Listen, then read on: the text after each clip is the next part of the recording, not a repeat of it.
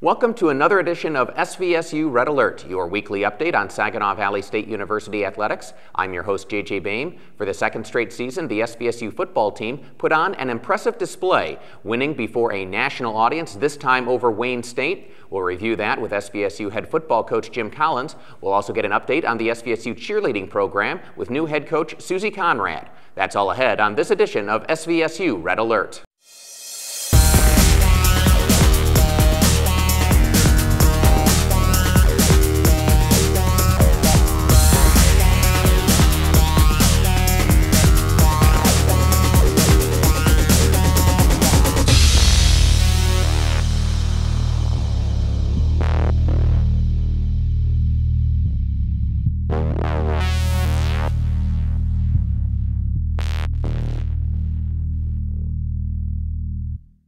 Welcome back to SVSU Red Alert. The SVSU football team defeated Wayne State 24-7 before a national television audience, marking the second straight season that SVSU played very well on national TV. And Coach Collins, congratulations on the victory. And also this puts your team right back in there. You're still tied atop the GWIAC North in first place. It was an impressive game, as you said, JJ, and we were really satisfied with the way we played. It was a great performance, and as you said, we're in the driver's seat right now in terms of controlling our destiny in the North Division. And this is a Wayne State team that went to the national championship game last year. They had a lot of seniors from that team that weren't back, but they'd still been playing very good football. Their only loss prior to this was against an undefeated Ashland team. Exactly. We were all tied. There was a log jam of 4 teams up there tied for first place in the North. Obviously, Wayne was one of them. And, you know, they've been playing great defense. Their kicking game is always good. They've been plus in the turnover category. The offense hadn't been producing as much points, but all those other things made up for it, and they had an impressive season, still do have an impressive season going on. And for your team, a really interesting game in terms of a lot of good things on both sides of the football, but probably the 2 biggest plays of the game from an SVSU perspective were on special teams, where Wayne State muffed a punt, and then another time their punter had to go down to a knee to recover a low snap, and both times you get the ball in the red zone to start your possession. Key plays, obviously, and you know, you have to be able to capitalize on the other team's mistakes. They made a couple of mistakes there, and we had talked last week, the team that makes the most mistakes is going to be behind the 8 ball, and Wayne made a couple of mistakes that we were able to capitalize on and really critical at that time in the game. But it was good to see us be able to score 7 on each of those situations and take control of the game. On the first one, you're able to find Zach Sesich in the back corner of the end zone. Another game where you have a player, Michael Albrecht, has done this a couple of times this year too. Only 1 catch, but it's for a touchdown. Well, and it was a big play too. We threw it up, and Zach went up and got it. And it was one of those plays where it was either going to be a completion and a touchdown to Zach, or it was going to fall out of the back of the end zone. I thought John did a great job of placing it. And then Zach showed his athleticism by going up over their safety and grabbing that touchdown catch. And I thought that was important, again, because as we talked about last week, Wayne State's a team that they like to build a lead and protect a lead. So when they've got to play from behind, it takes them out of what they like to do best. Put us in the driver's seat, no doubt about it, because now you're playing against a team that's one-dimensional. They've got to throw it. And, you know, you saw what happened when we were up 17-7 and they had to throw it. We got the ball back quickly on that drive and then put the game out of reach for them. So you take a 10-0 lead into the locker room. Wayne State then gets a turnover. They go down, make it 10-7. They traveled very well. Their crowd is into it, but I thought your team really responded to that situation by keeping its composure. You know, it was unfortunate. Our quarterback John got hit when he threw that football, got intercepted. It looked like Albrecht might have been open. We held on the ball a little long.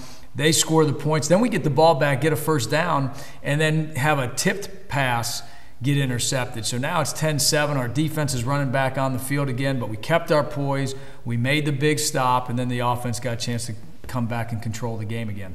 And then when you were leading 17-7, really I thought an impressive statement drive in the fourth quarter. 14 plays, 75 yards. You cap it off with a touchdown and take nearly 8 minutes off the clock. And it was a great combination of key runs by Ronnie Lark, who was really physical and ran hard on that drive, and some short passes that converted third downs.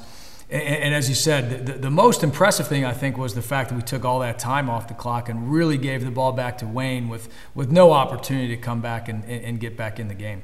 You mentioned Ronnie Lark. Quite an impressive day running, not just for him, but for Tim Hogue. Ronnie Lark finishes with 92 yards rushing. Tim Hogue finishes for 101. So again, a very effective ground game for you. And then you throw for 250 plus as well.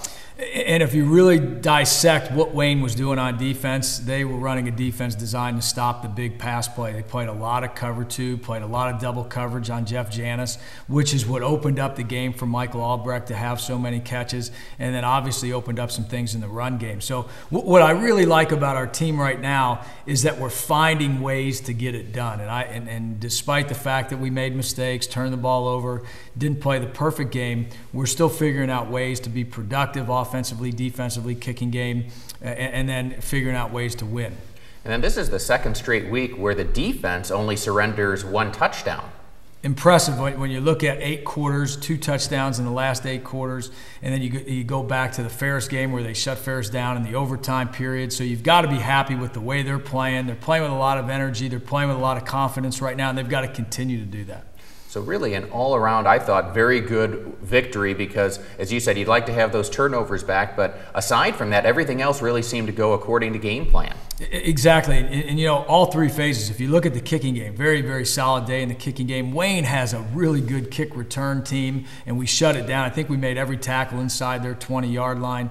And then, you know, we balanced things out in the turnovers with getting there that one at the end and getting the one on the punt. So overall, really solid performance and something that's gonna keep this momentum going into next week. And you mentioned that they took away the big pass play to Jeff Janis. So Michael Albrecht leads your team with 10 catches, but you still find a way to get Janis involved on some of the routes underneath, and he still finishes with 8 grabs. So again, you take sometimes what the defense gives you. Exactly, and really John did a good job of finding them. And once again, you know, a couple of those throws were errant throws. I thought we had some guys open down the field, but the down the field stuff is always the lower percentage. But with the high percentage stuff, we were very productive. Still, like as you said, JJ, 250 yards passing in a game where our longest pass play was 20 yards. So all those things together with the, you know, you take away those 2 turnovers, which are borderline plays in terms of placing fault. You know, pretty solid.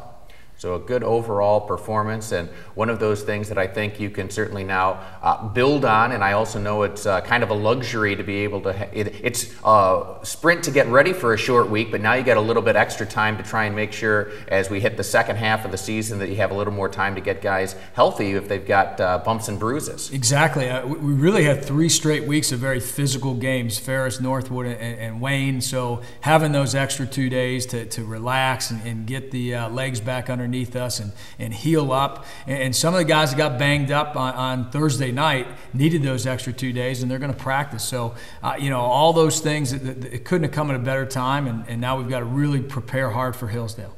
Wayne State was a team that blitzed a lot. And I thought that, you know, again, no big pass plays against the blitz, but you were able to sometimes hit hot reads and do other things. Even though you allowed some sacks, you were able to do enough to make sure that they weren't able to make big plays when they did blitz. Well, that's a great point right there, because they blitzed just about every down where it seemed like an obvious passing situation in that first half. And we had to make some protection adjustments at halftime, and I think those adjustments worked really well because they came with the same plan in the second half, and we were able to not surrender a sack and get the football off. We did make some good, quick, hot throws, and I think John's really good at that, and our team understands how to execute in those situations. So I think it was a great thing for us to actually have some adversity in that first half with the blitzes and the pass rush. I think we had gotten into a comfort zone where we were very comfortable protecting the quarterback, and I think this is going to make us a better team. I thought the other thing that kind of stood out was that, again, when Wayne State needs to throw the ball late in the game, you continue to have good coverage downfield. So even on those occasions, if there wasn't pass rush initially, Mockner wasn't able to find anyone open. Exactly. That was great to see. And I'll tell you this, I really credit the defensive line. Pressured him pretty much the whole day, but even as you said, when he had time to throw it, we had good coverage down the field. There were plays where there was a receiver open for an instant, and our guys broke on the ball and broke up that pass. The 2 plays I remember is Jeff Heath coming across the field and knock a ball down that was intended for the tight end, and David Toussaint made a key play on 3rd down to break one up that was intended to one of their wide receivers. So I thought our secondary did a good job. D'Angelo Paris, they went deep a couple times on D'Angelo D'Angelo. He had it covered like a blanket. So all those things collectively, the rush, the underneath coverage, the deep coverage was pretty solid. Solid performance all the way around, and another solid win on national television for the SVSU Cardinals. And up next for SVSU is Hillsdale. We'll review that a little bit more with Jim Collins later on. But when we come back, we'll be joined by SVSU defensive line coach Josh Miller. That's next on SVSU Red Alert.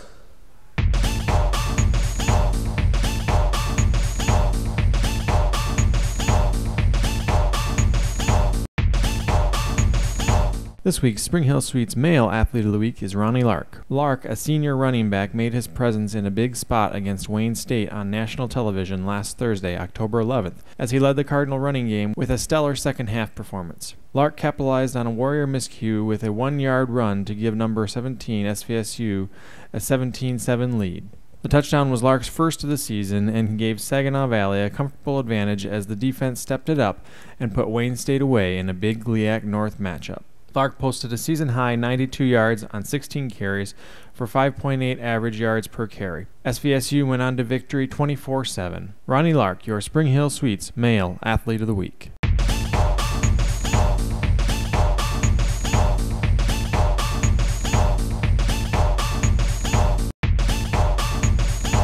Welcome back to SVSU Red Alert. I'm JJ Boehm, joined by SVSU defensive line coach Josh Miller. And Josh, first of all, welcome back to SVSU, a former SVSU player yourself. What's it been like for you to work with this unit along the defensive line? It's been great. It's been great to be back. Came into a great group of guys. A lot of young guys, inexperienced, especially in the interior, but they've been busting their butts and competing each week to play, and fortunately have had 8 to 10 guys be able to rotate in each game, and been working hard. So it's been great being back. And while the sacks haven't always been high in volume, they've really come at opportune times in football games where late in the fourth quarter or in the Ferris game in overtime, you've been able to come up with sacks when you need them. Yeah, no, it's great. We place a lot of teams, the option teams, a lot of play action teams, so it's a little tougher in play action to get off and get sacks, and obviously that's always our goal, to get after that quarterback. But when we get in game situations, when we know the team has to pass, we're pretty good up front at getting after and getting the sacks when they need to be, and getting the ball on the ground, and those opportunities come. So. And obviously that's kind of the glory for a defensive lineman. We were able to get those sacks, but there's a lot more than that goes into it, because obviously, if that running back gets tackled on the edge for no gain, that means that the guys up front did their job. Oh yeah, yep. We're doing a great job with the fundamentals. It's been nice this past week to get back to the power offenses rather than all the option offenses, so we can play our style of football, because as a defensive line and defensive group, that's where we feel like we match up the best, being able to pin it back and just be physical and playing downhill. So it really is a switch, isn't it, from a defensive lineman's perspective? Yeah, big time, because you go into the option teams and you kind of throw all your fundamentals out of the window, and now you're playing, either the dive or your QB or pitch, rather than playing gap sound football like, is our fundamentals that we do. So you kind of change everything you work all camp for the option teams. But now that we're done with the option teams, back to the power, then it's just about reading your keys, taking up your gaps and getting out blocks and making plays. You mentioned that you've got a relatively young group, I think only one senior in Nate Snyder. What's it been like to try and get those guys ready? A lot of them had game experience, but as you said, you still rotate a lot of guys in who need to be able to perform when their number's called. Yeah, and with a lot of young guys and obviously some returning vets that have done a great job, my biggest thing is if we can have 8, 9 guys that can rotate in the game and all perform at a high level, then that's the fresher we can be and the longer games we can play, rather than having 4 guys in there the whole game and being worn down. So it's been great having those 8 guys being able to rotate in, not losing talent level when they're in there and still making plays. Because if you look, some of those sacks with Jobby being a backup and some of our other guys coming in and making the plays when they get the opportunities, it's been great. And it seems like there have been different guys who've kind of had really standout games. Ryan Bush had a really good game against Northwood. You had Mason Duke with a really good game earlier as well. So different guys, it seems like, have been able to exploit favorable matchups. Yep, absolutely. And that's been the good thing, again, with all around, a great group of talented guys. When they need to make the plays, if they're getting the single block, those guys have been making the plays. A lot of it's been effort plays, great technique, but effort. Bush is a big one. You see high motor all over the field, chasing a lot of things down backside. Mason Duke's been playing great, have some game experience from the past, but never really had that starting role. So he stepped into that starting role as a nose guard big time, and been very impressed with his play, using his length. And then same with, Nate Snyder, obviously. He finally had that big breakout game I was waiting for with 12 tackles here, being active. So it's been great all around. All 8 guys that kind of been rotating in there. They get in there, they get single blocks, they make sure to dominate those blocks and make plays. You're going to need all 8 of those guys against Hillsdale, I expect, because you're going to see a lot of the stretch play with Joe Glendenning. Yeah, absolutely. We know him being one of the best backs in the league, that's what they're going to want to do. They're going to want to run the ball, with him about 35 times a game. So we got to make sure our goal is always to keep them obviously low as yard as possible, but keep those runs, especially in first and second down, keep those short, force them into those third and longs. So again, we can pin it back and get after the quarterback. But yeah, he's a great back. So the biggest thing is just controlling our gaps, being physical up front, and then getting after earlier as well. As you said, you got to be physical, play after play after play, because all it takes is the one, and he can hit you for a long one. Yeah, absolutely. So that's what we'll be stressing this week again. Fundamentals, gap control, because the times that you get hit is when one guy doesn't do his job, gets out of his gap. So we got to make sure. We've been doing a great job getting better each week with it, just staying in our gaps, being physical, again, vertical pressure to cause him to stutter his feet in the backfield, so then we can rally to the football. You're able to put all of those things into practice against Hillsdale. Josh Wilmer, thanks for joining us. Thanks for having me, JJ. And when we come back, we'll be joined by SVSU cheerleader coach Susie Conrad. That's next on SVSU Red Alert.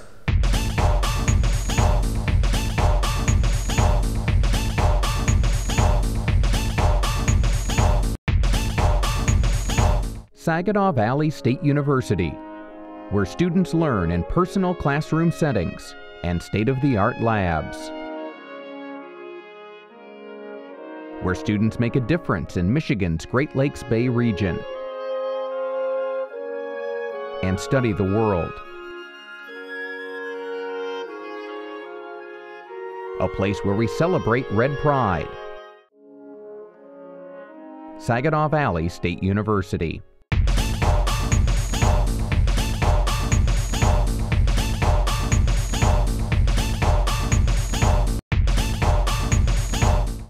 Welcome back to SVSU Red Alert. I'm JJ Boehm, joined by SVSU cheerleading coach Susie Conrad. Susie, thanks for joining us. Thank you for having me. And first of all, we'll talk about you returning to SVSU in the coaching position, Yes. But I have to tell you, at the football games this year, I've gotten lots of comments because in the game program, you list the cheerleaders by position, and people keep saying to me, I didn't know cheerleaders had positions. There are positions, and I mean, it's tough to kind of transition between one and the other.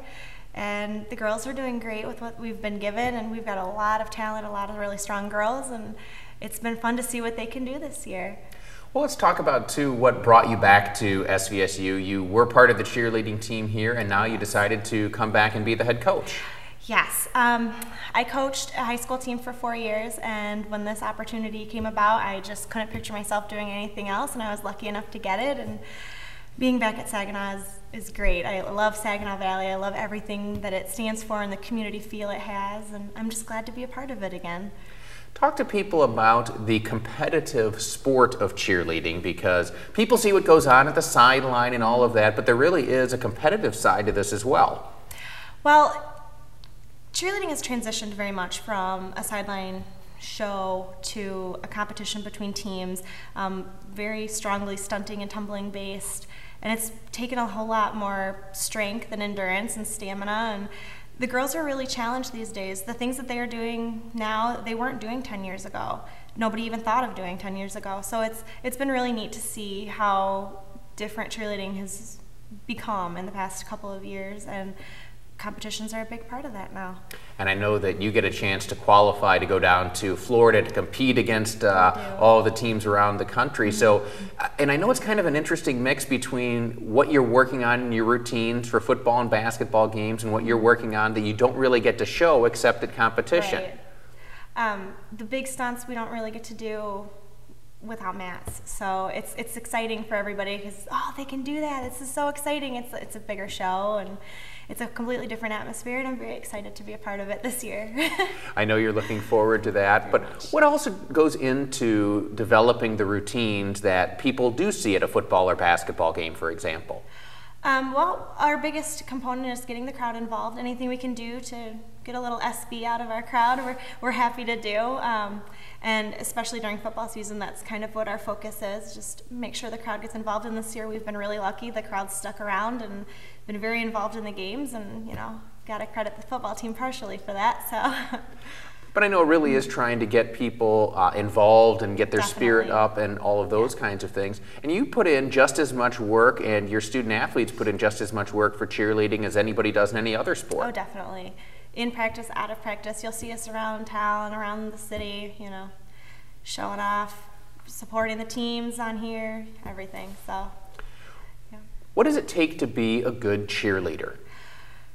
Oh, lots of things, but most of all, just a passion for the sport. And, you have to be willing to be better, and you have to, be one with the team and be whoever you're cheering on, be their biggest fan.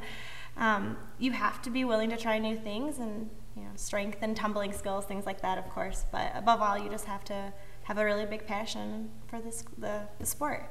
And I think probably another thing is you have to be able to do all of those tumbling and other things with a smile on your face. You have to always smile. Even when you're in pain, you have to smile through it. Because a lot of the other sports, if you don't do something well, you get to grimace or otherwise show that visibly. But in cheerleading, no, you kind of have to have that perma-smile. That's right. You have to be pretty all the time.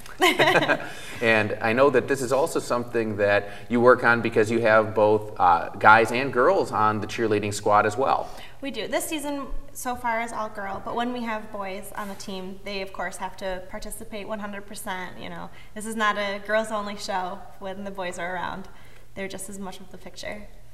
So what are you working on for the rest of this season and as you build for your competitive season? We are working on some really neat stunts, just kind of furthering what we already do.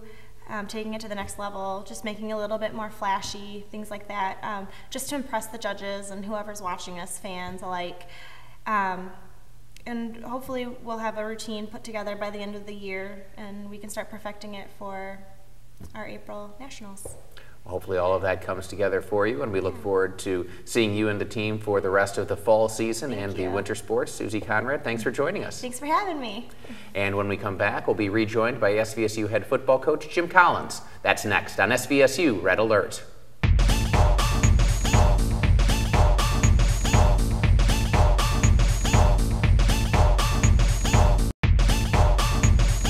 This week's Spring Hill Suites Female Athlete of the Week is Annie Aubrey. Aubrey, a sophomore midfielder on the SVSU women's soccer team, currently leads the Cardinal offense with a team-high 7 goals this season, as SVSU is now 7-2-4 overall on the season and 6-1-3 in the conference play. Aubrey has recorded goals in each of the last 3 games, including both goals in the 2-0 victory over Lake Erie on Friday, October 12th. Aubrey also broke a scoreless tie in the first half against Notre Dame as the Cardinals went on to win 2-1. Aubrey's 7 goals rank 4th in the GLIAC and better her next closest SVSU teammate, Charlie Porter, by 3 goals. Aubrey has posted 5 game-winning goals this season. Annie Aubrey, this week's Spring Hill Suites Female Athlete of the Week.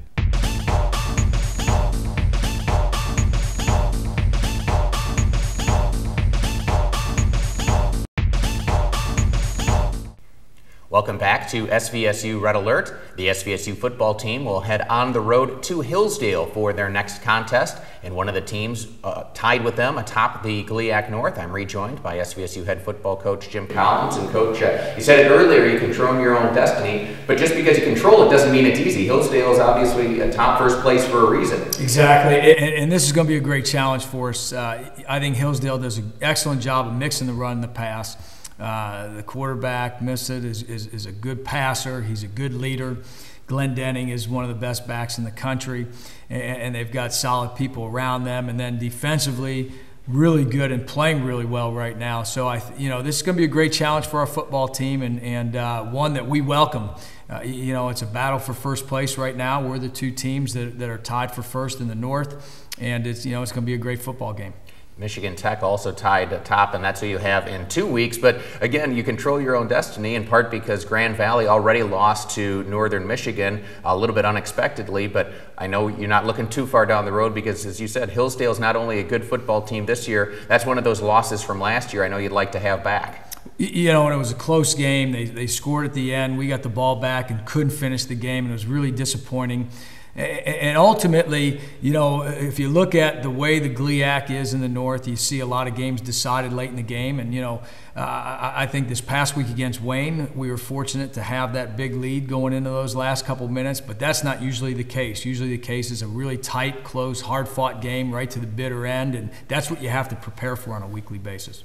And again, Hillsdale does mix up the run and the pass, but you know that they're going to give the ball to Glendenning a lot because he's had a really remarkable career, so I know that's going to be a big part of your preparation this week. And they're going to hand it off to him 30, 35, 38 times, right in that range, and we've got to hit him. You know, you got to limit his big plays. You got to keep tackling.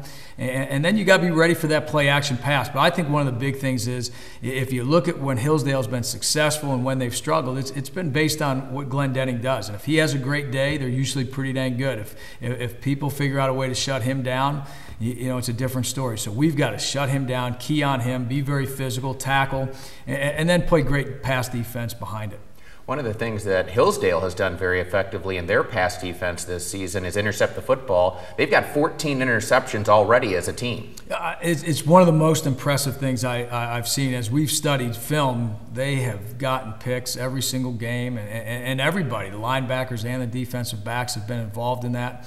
So we've got to do a great job protecting the football. We've got to be aware of where their people are at all times. And the other part of it is we've got to make sure we do a good job protecting so that we're not forced into situations where we don't see people down the field where the pressure affects our decision making. How much of that is them disguising coverages, and how much of that is them simply having guys who make good plays on the football? I think most of it's just having guys that make good plays on the football. It's not a lot of disguise involved. They do a great job of running. And what you see, and you know, it's not typical, but what you see is defensive players that have great hands and make great plays on the football. You know, they run around there like running backs and receivers when it comes to when the ball goes up in the air, they go up and get it. So, you know, it's a very talented defense. They play hard. They get to the football. They understand what you're doing. And so what you've got to do is you've got to out-execute. And Hillsdale is a team, as you said, you know very well, and really a very good football team. Keith Otterbein has really got that program to where they're a consistent contender year in and year out. So I know you'll have your hands full, and this is a challenge your team is looking forward to. Well, we have a lot of respect for them, no doubt about it. They've had a lot of success these last few years. And, you know, once again, you know, we've got to be able to perform week in and week out. And if you want to stay atop the GLIAC North, this is it.